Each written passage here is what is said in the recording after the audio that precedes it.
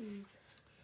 Hey everybody, this is Joshua and Shelley of Tiny House Basics.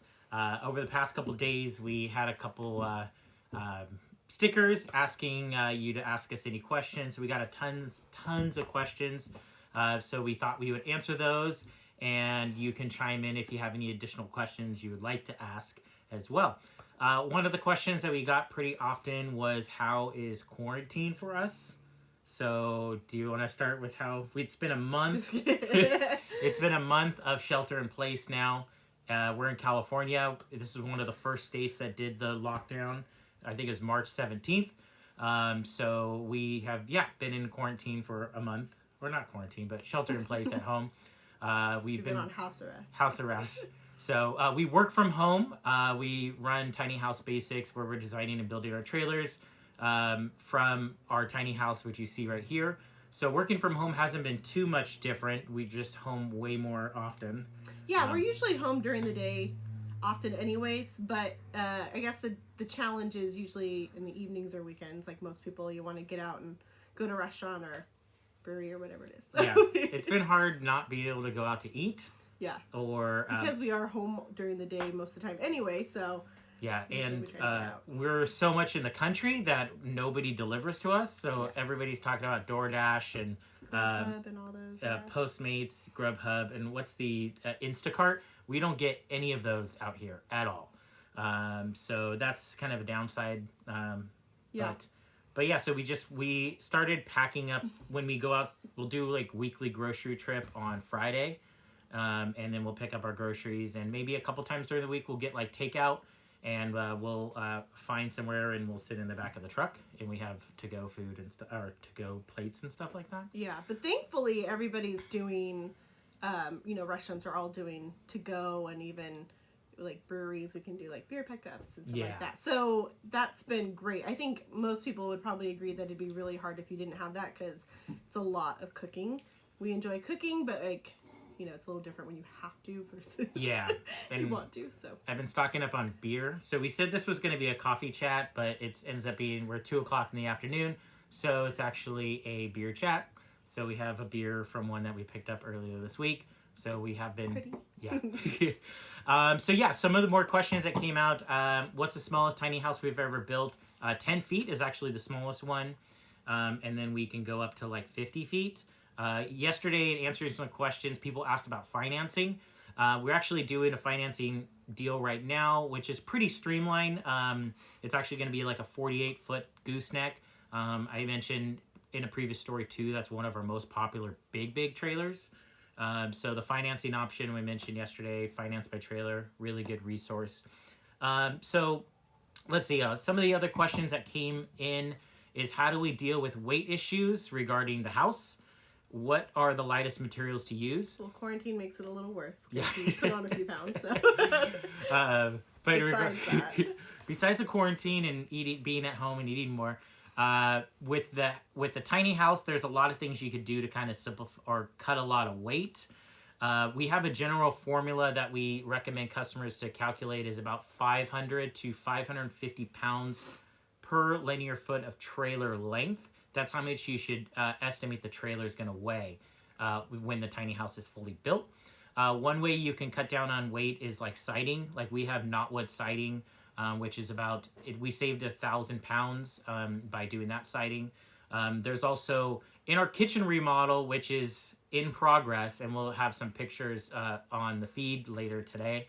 But we definitely considered weight when in all of the materials that we used. We originally wanted like a farmhouse sink. Oh yeah, I wanted a porcelain farmhouse sink, but they are very heavy, and just with everything we have in this house that we've added weight to, it was just kind of one of those things that we didn't. Yeah, there was going to be like 100 and something pounds for a farmhouse fire clay sink. Yeah. And they're really, really cool, and we really wanted one, but it was just way too heavy because you couldn't remove it. You can get the stainless farmhouse, which I didn't. That's not the look I was going for. Like we didn't really want that. Yeah. So. And then we came across Kohler, and we got one of their new sinks is called the Taylor sink, and we haven't shown any. We showed some videos of it going in, but not the finished product yet. but it's kind of the best of both worlds because it's a stainless steel sink. Very cool. It's so awesome. Stainless steel love sink. It. I love it more than I would have. Yeah. What's it called? The fire clay. Porcelain. The front of it has an interchangeable marble panel, and you could do. We have 2 different marble panels, and then a do-it-yourself insert that we could put tile or wood or anything we want. Yeah. The sink is just so cool. Yeah. And then Quality, the faucet. sure. The faucet is amazing as well.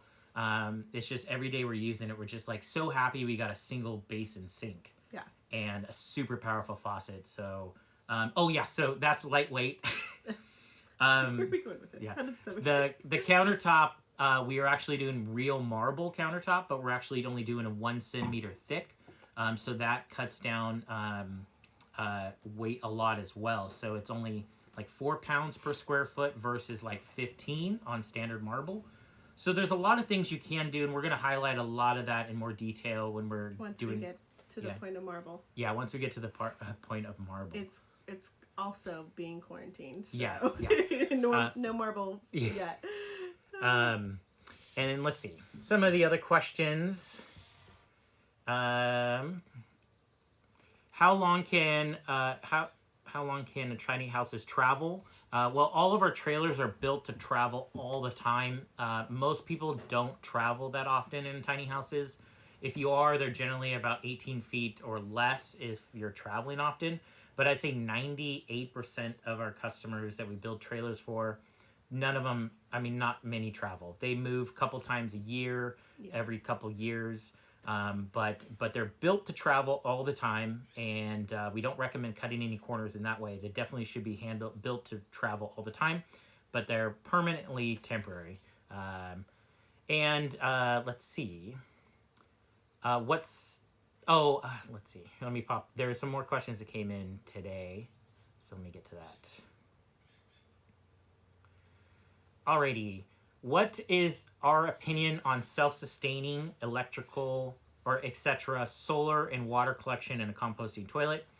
So we have a composting toilet in our tiny house. We have a separate. We had a different toilet for a period of time, which we have a video and we'll kind of talk about it to share info on that. Very, very cool toilet, but now we're back on our separate.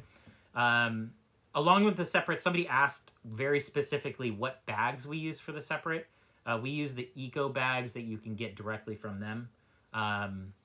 We kind of got all the accessories you can get for separate to make it operate very efficiently and clean. So we have their green eco composting bags. But solar and water collection, we run our gray water to water the trees. That was what our landlord wanted us to do. So we do that for gray water. We don't have any black water because we have a composting toilet. We also have solar, but it is not put together yet. We've had it for a couple years. We just haven't had the time to put the system together. And we are on grid power, so it's kind of one of those things that we have a good source of grid power, so it's not been like urgent. So we will get to it, and it would be nice to actually be running off grid a little bit more when we can, especially in summer. Like we get fires out here, and sometimes the power is turned off.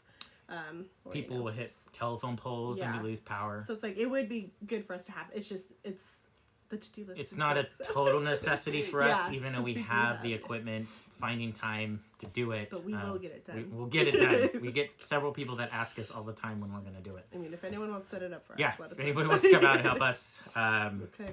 Yeah, and it's not this really a skill. It's just finding the time because we have more pressing projects. But definitely self-sustaining is great. One thing that people don't recognize is it can be very expensive. So with solar, even before you downsize to a tiny house, you should really take into account your energy usage. And so you can really plan out a solar system in the most economical way, because you can easily drop like 10, 20, 25 grand on a solar system.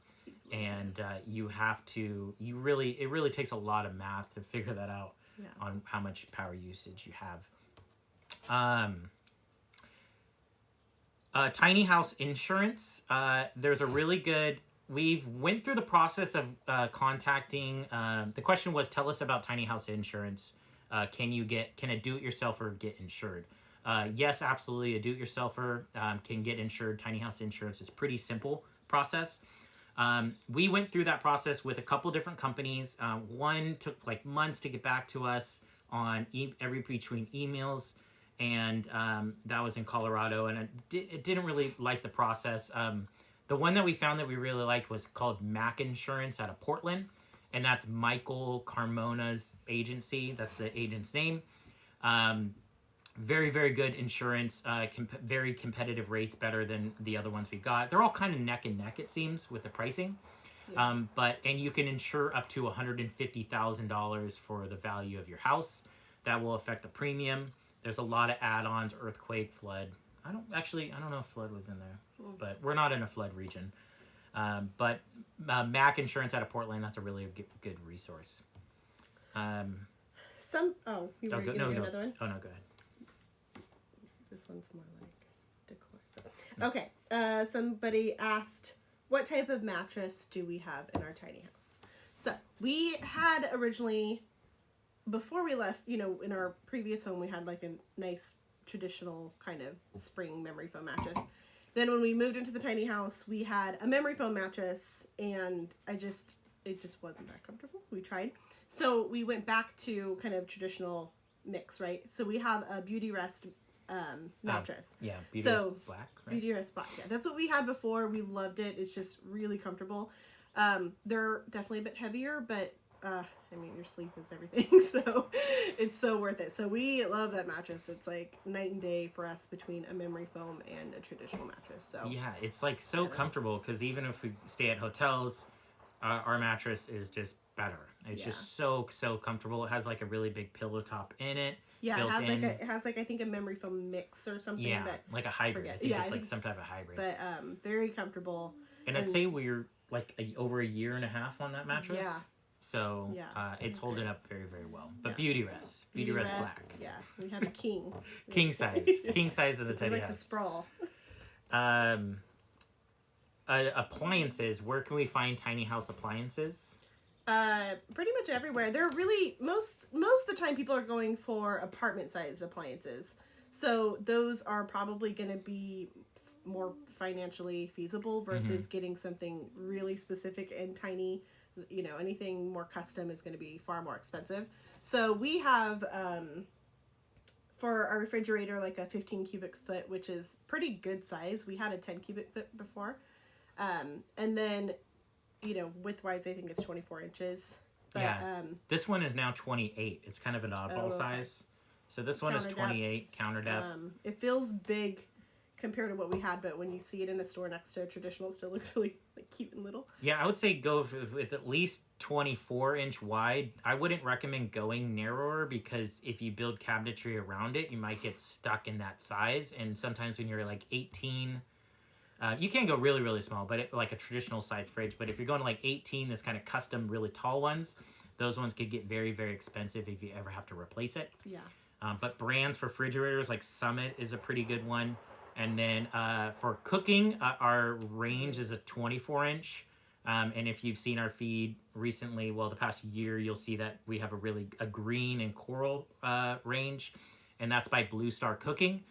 So that's totally a professional quality range in an apartment size. Yeah. The thing is a beast. Yeah, we've upped our kitchen game this year. So after 5.5 years of living kind of more, just more basic appliances, where we've been in it long enough where we're like, all right, we cook a lot. We enjoy it. That range is just... It makes it so much fun to cook, because half of it is a charbroiler. We do burgers now in quarantine every Friday night. Yeah. Smash burgers. Smash Burger Friday. Yeah.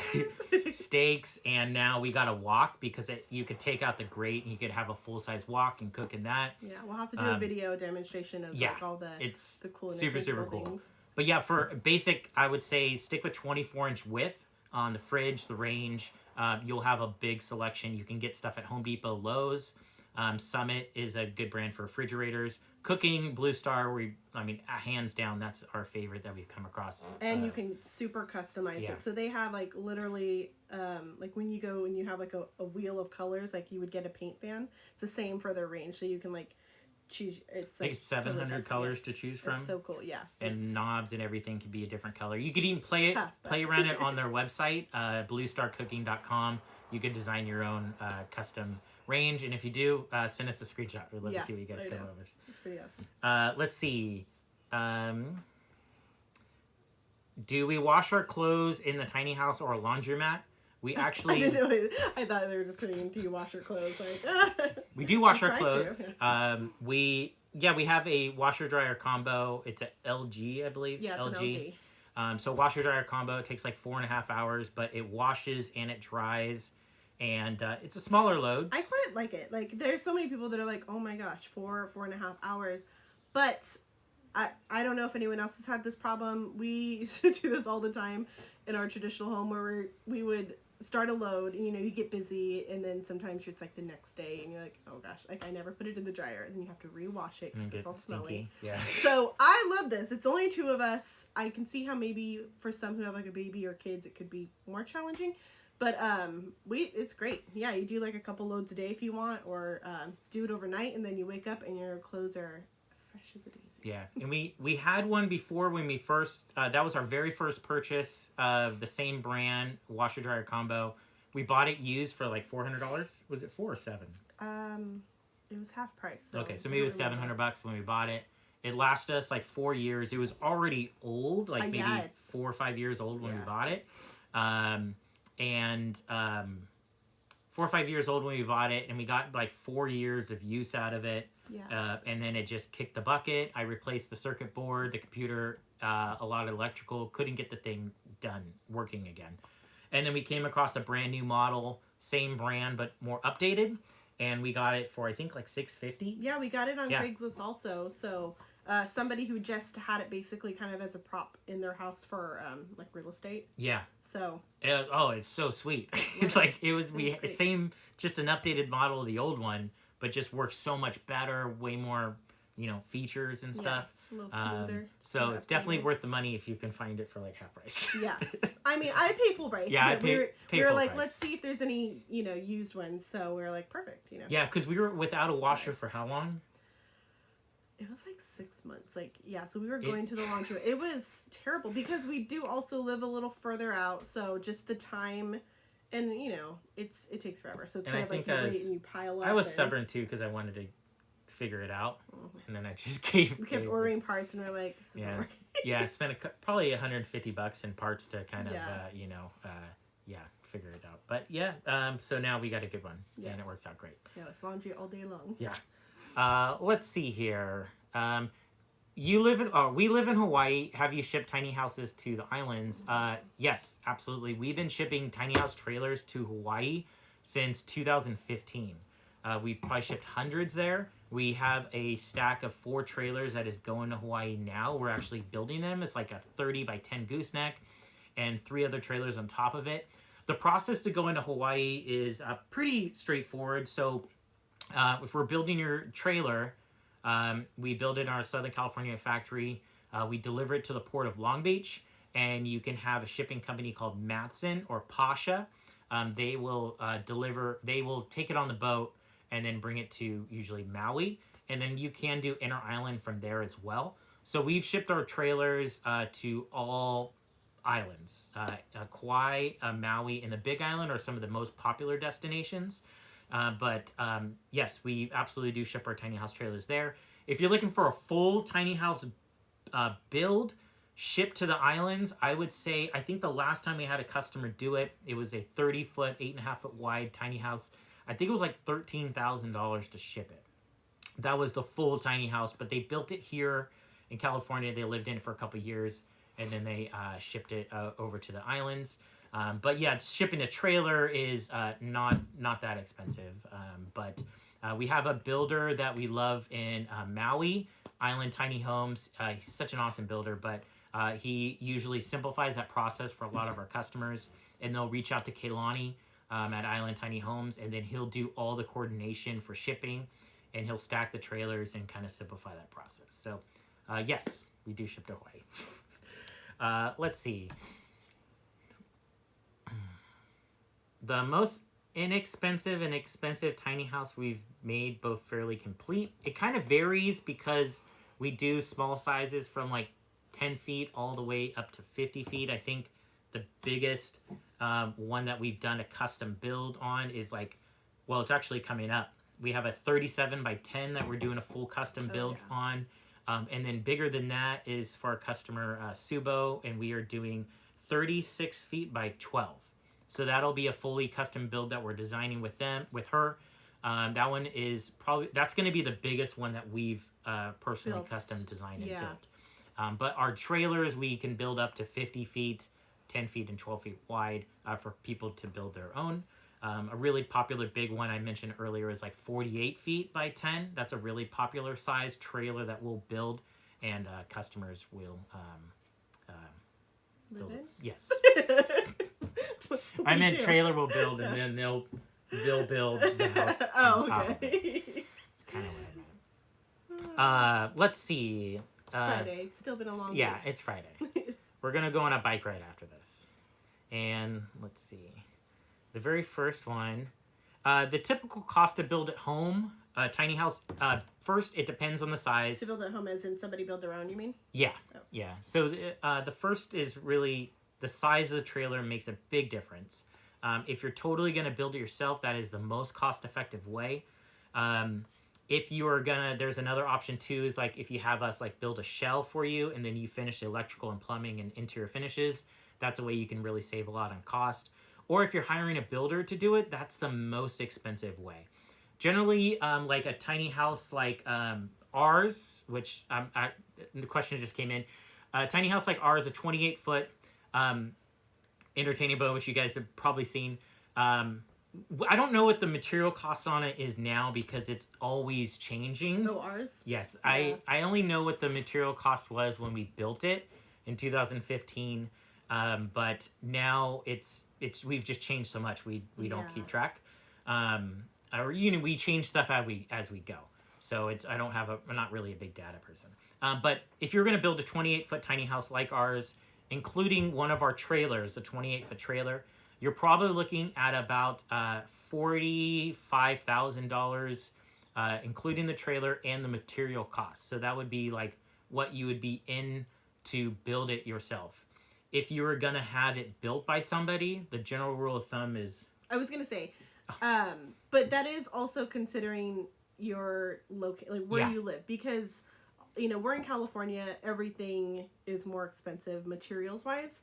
So materials, labor, rent, everything's more expensive. So we know that back east or more Midwest that things tend to be cheaper. So some people get by with doing it cheap, cheaper than that. So I think the cheapest we've seen, I think, is like $33,000. Yeah. So that's a big difference, and I think that's really kind of the same exact design materials, but just location difference. Yeah, it'd probably be a good like $10,000+ difference. So like Shelley said, probably a difference of maybe like low 30s to 45 for a size that's like ours, a 28-foot tiny house.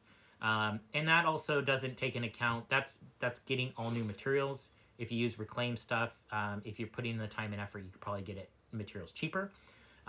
There is a lot of variables. Time versus money. If you have the time to hunt for things and you're not on a strict timeline, then you can definitely save money if you're keeping an eye out for deals. But if you're kind of more crunched on time, then it's always like whatever's available is what you're going to have to pay for. So. Yeah. And a general rule of thumb would be material cost times 2 would be if you're going to have somebody build it for you. So say you have a material cost of like $35,000. If you're going to hire somebody to build it for you, you're probably looking in the neighborhood of about $70,000. So that's kind of a general rule of thumb on materials. Another question that came in is somebody asked us if we have our plans available. We have them on our little shop. It's actually called tinyhousebasics.bigcartel.com. It's our full plan set, and it actually includes our material list for everything that we use to build our house in 2015. And then you can actually take that list to like a lumber supply and calculate the cost to build the house locally in your region. Because there will be, different variations. So, and then we have the whole plan set based on our house as well. And then, depends on design, size, and if you're doing all the work yourself. Yeah. What would you recommend for a single parent with two teenage boys? The most recent video we posted, we actually designed that and built it for a teacher and her 2 kids. They are like in their, not quite teens, but I think like, 10, 11, 12. I think they're like around 10 and 12, something like that. So that actually had a downstairs Preteen. bedroom Yeah. for the mother, and then the 2 lofts for the kids. And that was a same floor plan as ours, or same outside size. Same size. But configured to fit her for 3 bedrooms. So. Yeah. Let's see. Yeah. Let me see if there's any other questions, and then we'll probably wrap it up in just a couple minutes.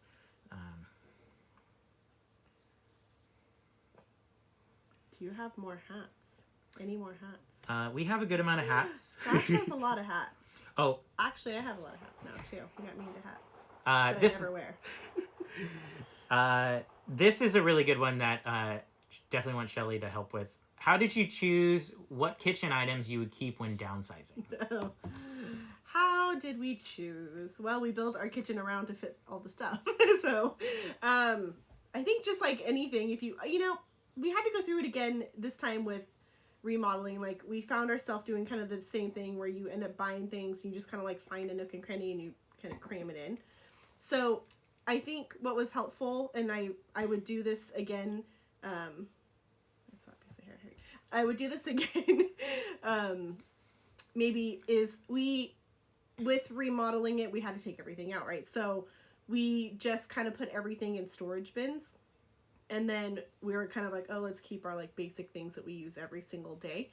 And that was so helpful because when it comes down to it, you kind of realize how much you don't really use, but you still need like some kitchen stuff like for entertaining. But that I think was kind of helpful. So when it came to going through it after like a couple of weeks and not really having it, then we realized we didn't need 6 spatulas, so we could do with our 2 favorite spatulas. So I think we're down to like 4 or 5.